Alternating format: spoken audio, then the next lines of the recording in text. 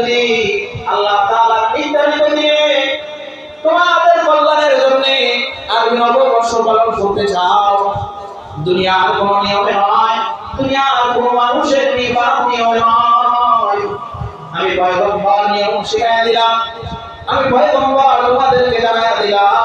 আফদালুস সিয়ামি বা'দা রমাদান শাহরুল্লাহিল মুহাররম।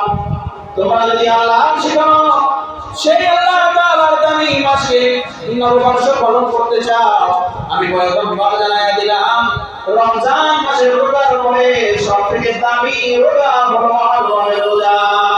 সুবহানাল্লাহ। তোমরা নববর্ষ পালন করবা রোজার মাধ্যমে, নববর্ষ পালন করবা রোজার মাধ্যমে, দুনিয়ার কোনো মানুষের বানানো নিয়ম নয়। শরিয়াত যেভাবে শিক্ষা দিয়েছেন সেভাবে তোমরা নববর্ষ পালন করো। কেন এবার রমজান মাস, রমজানের রোজার পরে আল্লাহ রাব্বুল আলামিন মুহররমের রোজাকে সবথেকে দামি বলেছেন? রমজানের রোজা ফরজ হওয়ার আগে এই আশুরার রোজা ফরজ ছিল। রমজানের রোজা নাযিল হওয়ার পূর্বে আশুরার রোজাকে আল্লাহ রাব্বুল আলামিন ফরজ করে দিয়েছিলেন।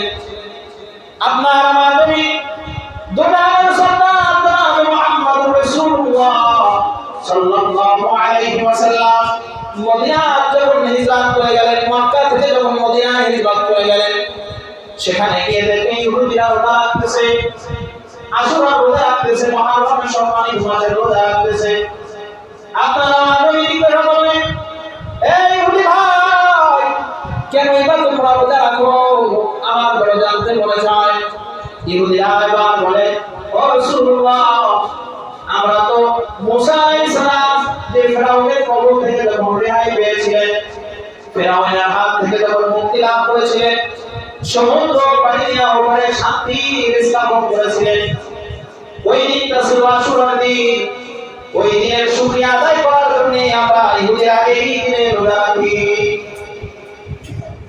আল্লাহ রাব্বুল আলামিন সাল্লাল্লাহু আলাইহি ওয়াসাল্লাম, আল্লাহ রাব্বুল আলামিনের পয়গম্বর তখন বললেন, শুনে রাখো, মুসা আলাইহিস সালামের সবথেকে খায়ের হলো আমরা, তার হক আদায় করার ক্ষেত্রে আমরাই হব বেশি হকদার।